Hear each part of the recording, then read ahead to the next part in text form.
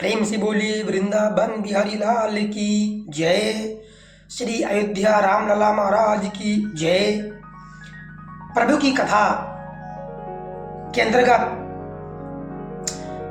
हरिचर्चा के अंतर्गत आप सभी भक्तगण, प्रभु प्रेमी, साधु संत, सभी सज्जनगण प्रभु राम का कथा का रसास्वादन ले रहे हैं। इसी की कड़ी में श्री काकभूषण जी महाराज गरुड़ जी से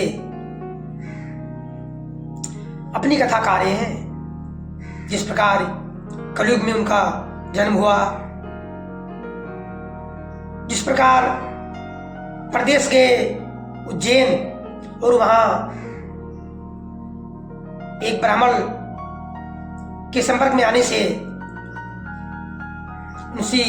उनसे क्या क्या वार्तालाप हो रही है। एक शिव मंदिर में ब्राह्मण जी रोजाना प्रभु शिव जी का पूजन करते थे मंदिर में जाकर के, और उस ब्राह्मण द्वारा काकभूषण जी को उपदेश प्राप्त हो रहा था। एक बार की बात है, उस ब्राह्मण देवता ने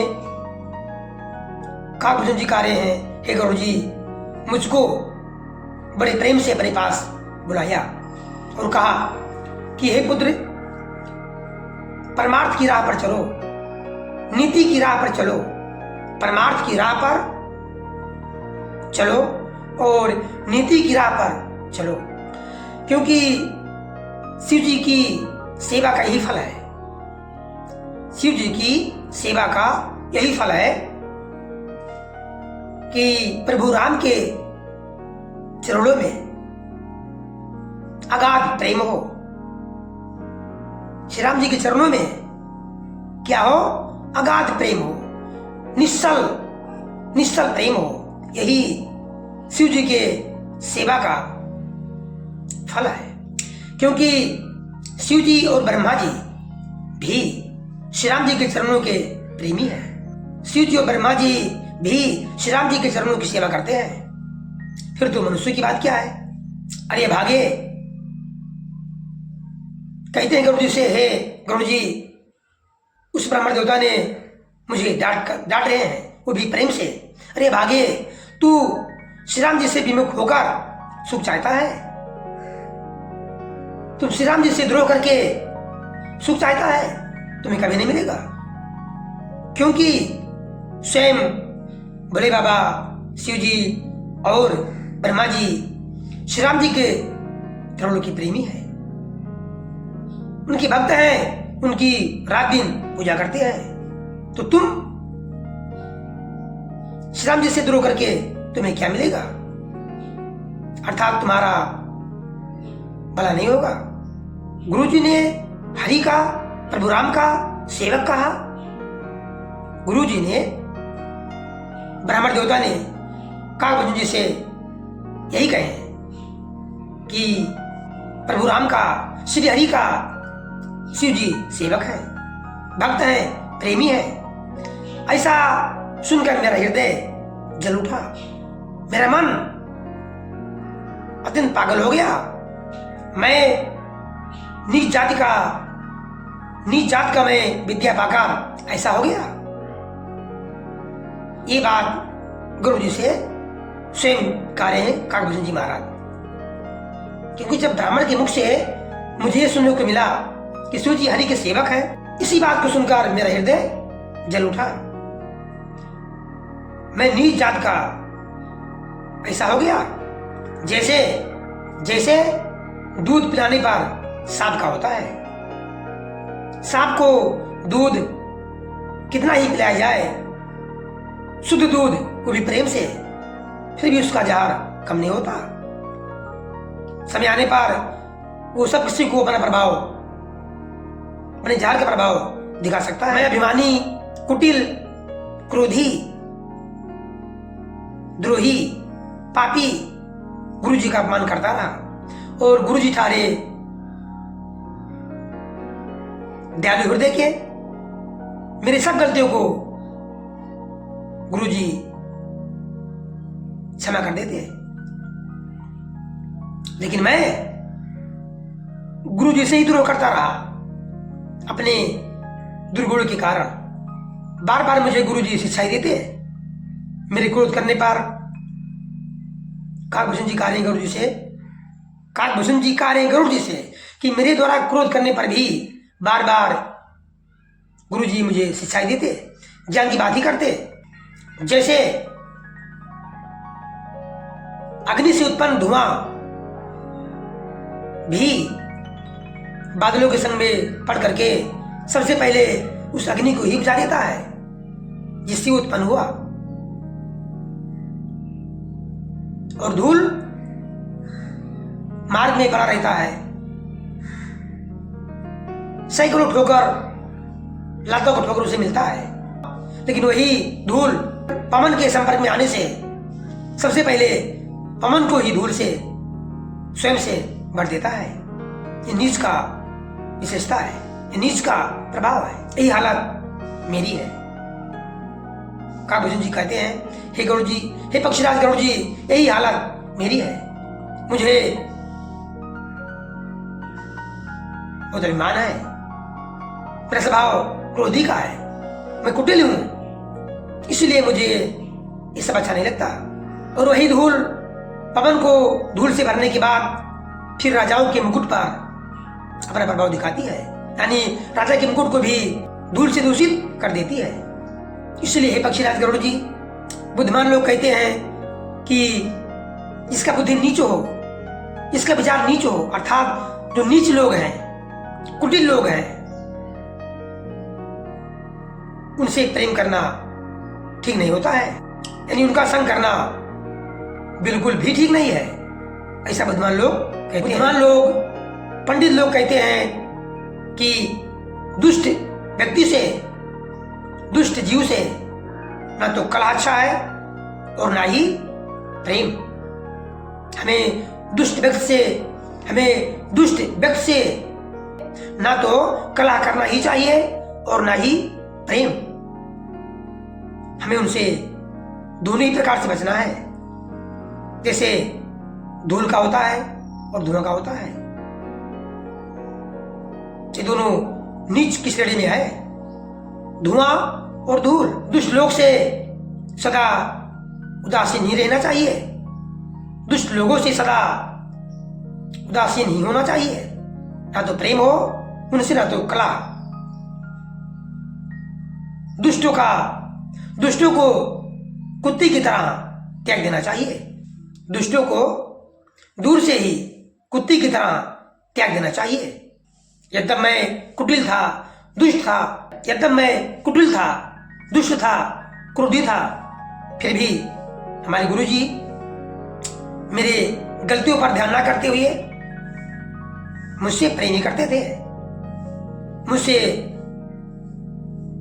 सहानुभूति रखते थे और मुझे बार बार ज्ञान का उपदेश देते थे। गुरुजी द्वारा मुझको ज्ञान का उपदेश देने पर भी, मेरे हित की बात करने पर भी मुझे भी कभी अच्छी नहीं लगती थी। मुझे ये बात, गुरुजी की बात स्वादी ना थी, उल्टे में उनसे द्रोह करता था, उनकी आज्ञा का अवहेलना करता था, उनकी आज्ञा का अवहेलना करता था, यानी उनकी बात को मैं अनदेखा करके नहीं मानता था। एक दिन मैं शिव जी के मंदिर में, काशी में काकभूषण जी गरुड़ जी से कह रहे हैं कि एक दिन मैं काशी में शिव जी के मंदिर में शिव जी का नाम जप रहा था, शिव जी का नाम जप रहा था, और अचानक मंदिर में गुरु जी का आगमन हुआ और मैंने उन्हें उठकर प्रणाम नहीं किया। मैं अपना काम करता रहा था, शिव जी का नाम जपता रहा। फिर भी गुरु जी को मुझ पर क्रोध नहीं आया, लेकिन गुरु जी का अपमान, गुरु जी का अनादर करना, अपमान करना, ये महापाप होता है। काकभूषण जी कहते हैं, हे पक्षीराज गरुड़ जी, मैंने ऐसा किया, गुरु जी का अपमान किया, मुझे चाहिए था कि मैं खड़े होकर के बड़े सम्मान से अपने गुरु जी का सम्मान करूं, आदर करूं, प्रणाम, लेकिन ऐसा हमने नहीं किया। गुरु जी दयालु हृदय के थे, उन्होंने हमें क्षमा कर दिया, लेकिन शिव जी इसे सह नहीं सके। जिस भगवान का मैं मंत्र जप कर रहा था मंदिर में, जिस भगवान का मैं शिव जी का मंत्र जाप कर रहा था, उन्हीं शिव भगवान ने इस बात को, इस अपमान को, इस निरादर को सह न सके। मंदिर में आकाशवाणी हुई, रे दुष्ट, रे पापी, तूने गुरु का अपमान किया है, निरादर किया है, अनदेखा किया है, तूने उन्हें, अपने गुरु जी को प्रणाम नहीं किया। फिर भी चूंकि गुरु जी क्रोधी नहीं है, उनका हृदय प्रेम से भरा हुआ है, चूंकि वे और उन्हें पूर्ण ज्ञान है, यथार्थ ज्ञान है, बुद्धिमान है, फिर भी तुम्हारे इस पाप के कारण मैं तुम्हें साप दूंगा। इस प्रकार आकाशवाणी सुनकर, क्योंकि नीति का विरोध मुझे अच्छा नहीं लगता, क्योंकि नीति का विरोध करना मुझे अच्छा नहीं लगता, यदि मैं तुझे दंड ना दूं तो मेरा वेद मार्ग ही नष्ट हो जाए। जो मूर्ख गुरु से ईर्ष्या करते हैं, गुरु का अपमान करते हैं, वो मनुष्य करोड़ों युगों तक अरोड़ों नरक में निवास करते हैं, करोड़ों नरक में निवास करते हैं। और फिर मैं उस अरोड़ों नरक से निकलकर तिर्यक योनि में पशु पक्षी में जन्म लेते हैं और अनेकों दुख पाते हैं। ये गुरु का अपमान का, ये गुरु से ईर्ष्या करने का फल है। अरे पापी, तू गुरु के सामने अजगर की तरह बैठा रहा। अरे पापी, तेरी बुद्धि पाप से ढक गई है, तू सर्प हो जा। ऐसा आकाशवाणी ने श्राप दे दिया। अरे अधम से भी अधम, तुम निजी जाति का साप बन जा और बड़े भारी पेड़ की खोखल में जाकर निवास कर। ये मेरा श्राप है। शिव जी का भयानक श्राप सुन करके गुरु जी का मन दुखी हो गया और वो हाहाकार करते हुए बोल पड़े, मुझे कांपता हुआ देखकर, क्योंकि मुझे श्राप मिल गया था, श्राप के डर से मैं कांप रहा था। मुझे कांपता हुआ देखकर गुरु जी के मन में संताप उत्पन्न हो गया, उनका मन दुखी हो गया। वो बड़े विनम्र होकर शिव जी के सामने मेरे उद्धार के लिए, मेरी गलती को क्षमा करने के लिए, मेरी भयंकर गति दंड को विचार करके शिव जी से प्रार्थना करने लगे, शिव जी से गदगद बाड़ी में विनती करने लगे। ये होता है दुष्ट के संग का प्रभाव, दुष्टों की हालत। इसलिए दुष्टों से ना तो कलाशा होती है और ना प्रेम ही। हम सभी को श्री गरुड़ जी महाराज और काकभूषण जी महाराज से शिक्षा ये लेनी चाहिए जो गरुड़ जी महाराज और काकभूषण जी महाराज का संवाद हुआ।